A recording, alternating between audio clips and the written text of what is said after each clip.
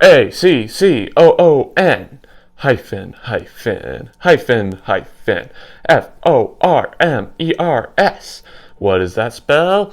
Raccoon-Formers, yeah! Raccoon-Formers, the YouTube channel for all of your Transformer needs. Hello everyone, Raccoon-Formers here, and today I'll be taking a look at the Transformers Studio Series number 84, Deluxe Class Bumblebee movie, Ironhide. And I'm still getting over a cold, so I apologize about the voice. Anyway, this is the final OG character that made a cameo in the Bumblebee movie, but he didn't make as big of a cameo as Ratchet, RC, Brawn, and Wheeljack did. He was really only in this one scene, and if you blink, you'd probably miss it. Like in that one scene where Optimus was telling Bumblebee about Earth and why he needs to protect it, one of the Autobots that was boarding an escape pod in the background was Ironhide. If you look closely, he's right there. See, that's pretty much a blink and you'll miss it scene. It's still nice that they made a figure off of Ironhide anyway to give remembrance to his appearance in the film, even though it was super short, but it would have been nice to see more of Ironhide in the movie, if I'm being honest. But the figure itself is super duper cool. It's basically a repaint of Studio Series Bumblebee movie Ratchet, but we'll go over that later. And it's a pretty good one at that. So let's take a look at some of his details. Let's bring him in for a close-up. As you can see, he transforms into a little Humvee of sorts, a Cybertronian Humvee.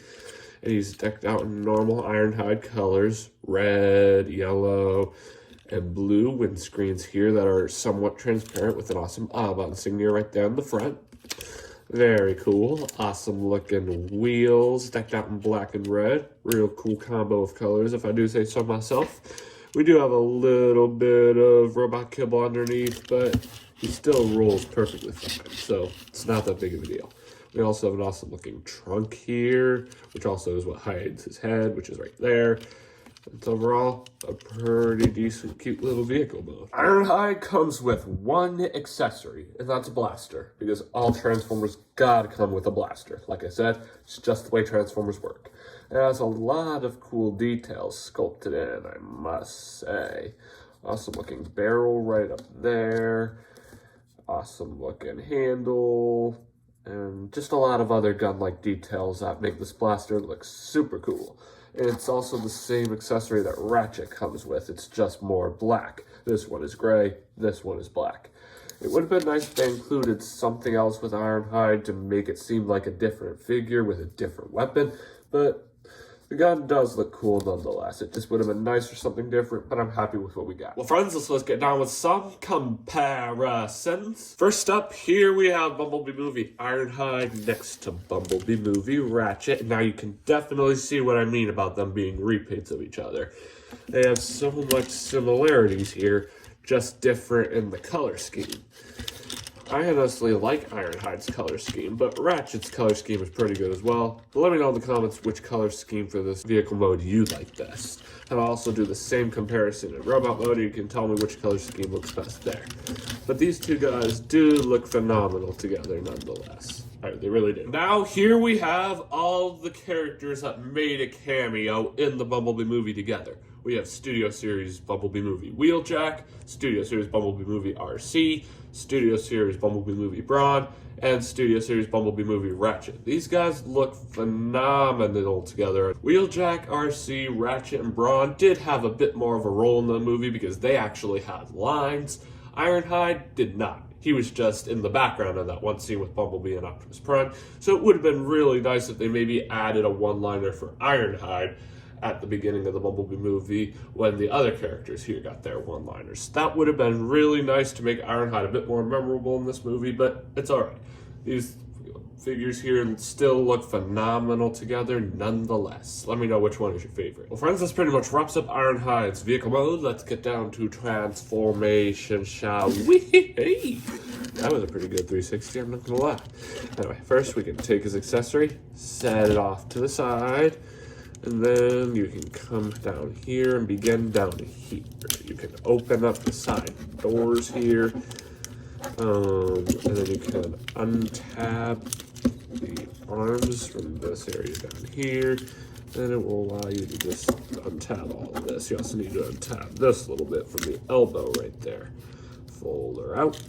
Very cool, very cool. Very, very cool. Sorry, I'm still getting over a cold. Sniffles are the worst, man. But anyway, first, then you can fold the hands out here like that, like that. Then you can fold this assembly down, revealing Ironhide's head. Then you can come here, detach all of this, and then you can fold the leg out like that, and then you can fold the wheel up like that. It doesn't do much, just sits there. That looks pretty good. Does it go the way? Oh, we'll see how that goes. Anyway, repeat the same process on the other side. Rinse and repeat. Very, very cool. Very, very cool. Alrighty. Then you can come here, fold this assembly down. And then, let me see. It's been a bit since I've done this guy. Let me see if I still got the touch.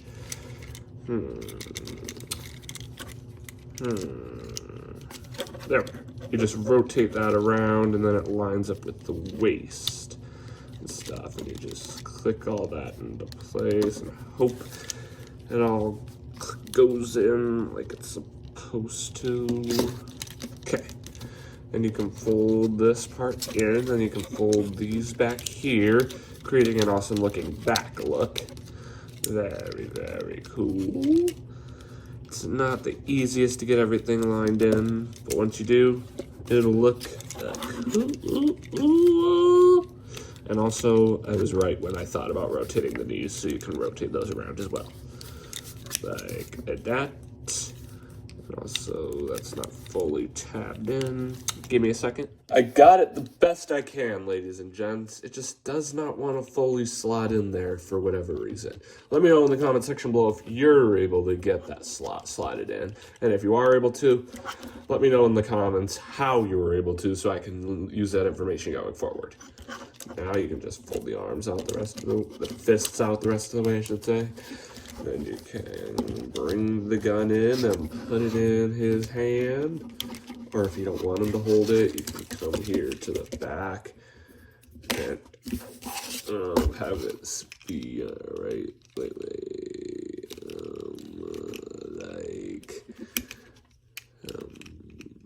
You can do it like. Why is this so difficult? Wait, there we are. Sorry, I had it the wrong direction. Like, oh, come on, man. Come on, Ironhide. Be right back. There we are. I don't know why that was so difficult, but it was. But if you put it on, you'll have it on his back, like he's going on an adventure, and he has it slung over his shoulder. But I'd prefer him holding the gun. He's not about. He's got to be armed for battle. Alrighty, Roo. There we go. He doesn't have the sturdiest legs, but he's good. And here we have the Transformers Studio Series number 84, Deluxe Class Bumblebee movie, Ironhide, in his awesome looking robot mode. That transformation was on the trickier side, and that was the same situation with Ratchet, but it's been a bit since I transformed him, so I kind of forgot how tricky this transformation was, but it's alright, because the robot mode we end up with looks super duper cool. Let's take a look at some of his details. Let's bring him in for a close-up. As you can see, his design looks somewhat live-action-ish, but also has some of his signature G1 looks, which is the same situation with all the OG characters, and I cannot say enough how much I love those designs, and this design is no exception, even though we didn't get to see it a lot in the movie. So, I am very impressed with this guy, and I honestly hope maybe Hasbro could make concept designs for some of the characters that maybe didn't make an appearance in the Bumblebee movie, like Megatron, for example. Seeing a figure of him with his signature G1 look with live-action-ish qualities would be really cool. Let me know in the comment section below if you think. But we're getting off topic. We're taking a look at Ironhide. We're not talking about Megatron. Pay attention to me. Me! Okay, Ironhide. Calm down. Calm down. Anyway, let's take a look at that head of his. As you can see, it's decked out in red with the crown, an awesome looking silver face with a nose and mouth sculpted. Give me a sec. I had an itch. We have awesome blue eyes that have that awesome looking paint that if you put a light up against it, it sort of makes them glow. I always love that choice. Real cool. I also love how the chest here is actually the part for the car mode. Just like how I talked about with Studio Series Hot Rod, that's the same situation with Ironhide here. They could have easily had a faux cockpit here and had the real cockpit hidden somewhere else, but they didn't. This is the real cockpit, and I'm very impressed by that. I really wish more figures would do something like that, but it's really cool that this one did. Haha. Anyway, awesome looking legs that allow him to stand up pretty well. Very nice, very nice. It's overall a pretty sick looking figure in a good way. Ironhide here has got some pretty decent articulation. Let's take a peek-see at it. His head can look up this much and down this much and can rotate 180 degrees.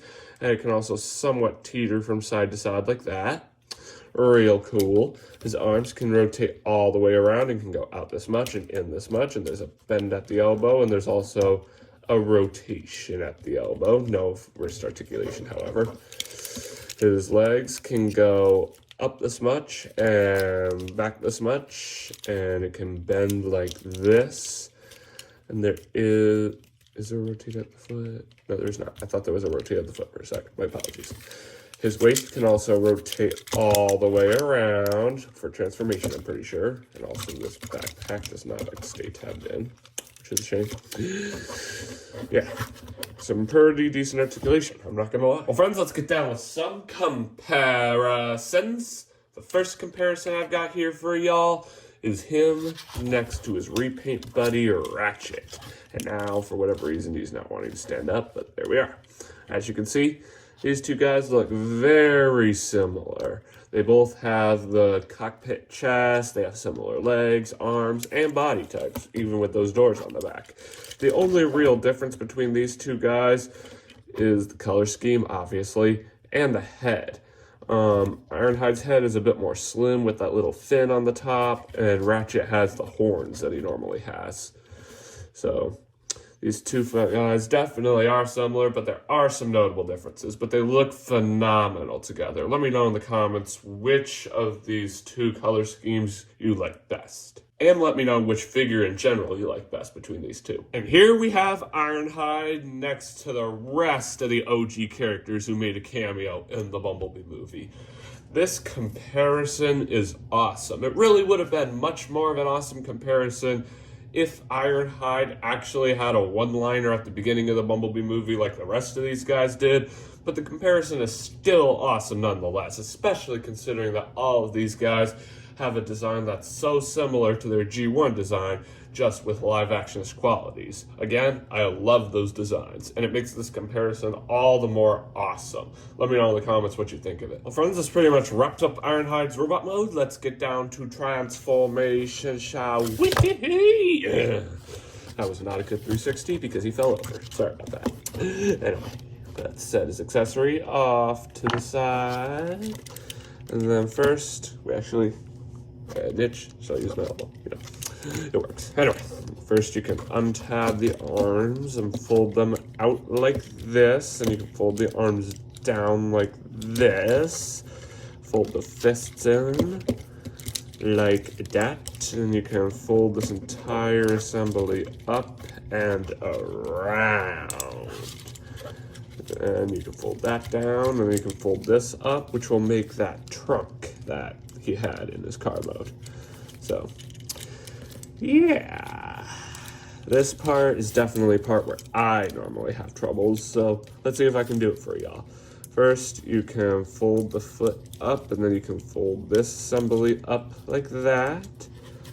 Repeat the same process on the opposite side. Take the wheels, situate them all nice like.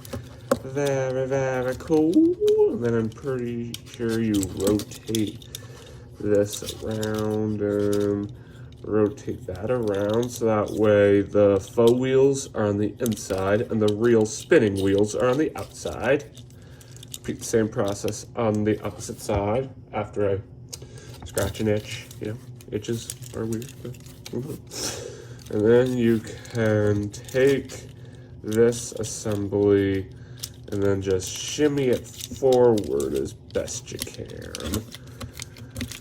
Let me see how this works.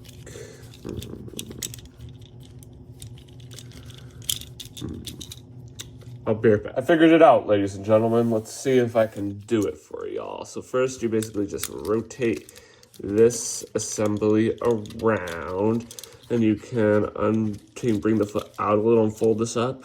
Actually, yeah, there we go. Sorry, I had an itch.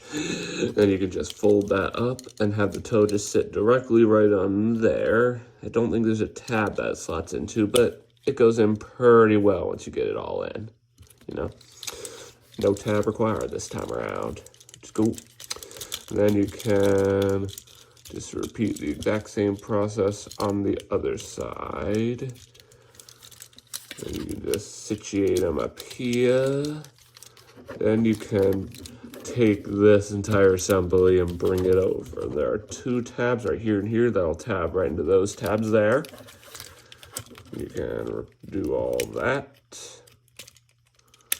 like that, if it'll work for me, which it looks like it isn't really going to, but there we go. That's definitely a very tricky process. Now we just move these guys out of the way and give me a sec. I need to fix my lighting. There we are. That's better. The cord for my light was a bit stuck, so I, had to fix that. It works.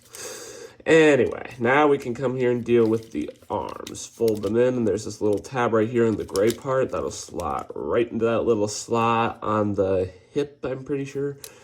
So you can just fold that in, and you will slot very neatly into place. And then there's this tab right here that'll slot right into that little tab there. It's a bit hard to get everything lined up at first. Sorry, I'm really itchy today. anyway, yeah, it's very hard to get everything tabbed in at first, but it'll work once you get everything in.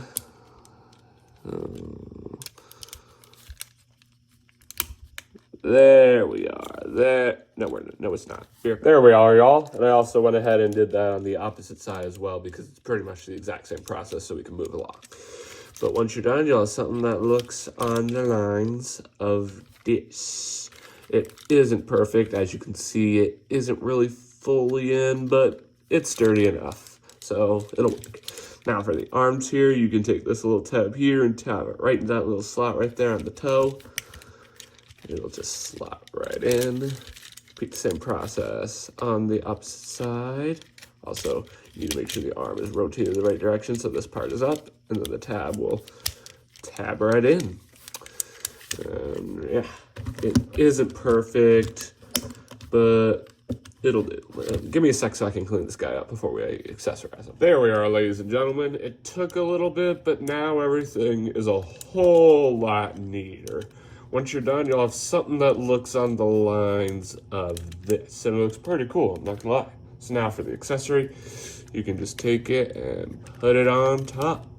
It looks a bit weird, but this isn't a real car, it's a Cybertronian car, so it's definitely A-okay for me. And here we have the Transformers Studio Series number 84, Deluxe Class Bumblebee movie, Ironhide, and his awesome looking Cybertronian Humvee alt mode. Some final thoughts on the figure. It's an awesome figure. It really would have been more awesome of a figure if we actually got to see more of Ironhide in the movie, but it's still awesome that Hasbro decided to give Ironhide a figure, even though he had such a small cameo in the Bumblebee movie. I'm really happy about that because it is just so cool to see all of these OG characters get figures that have live action-ish qualities, but also have a hint of G1 in them. I really, really cannot say how much I love that. I've said it a lot, and I'm saying it again. And I also really hope we get concept figures off of characters that didn't make it appearance in the Bumblebee movie.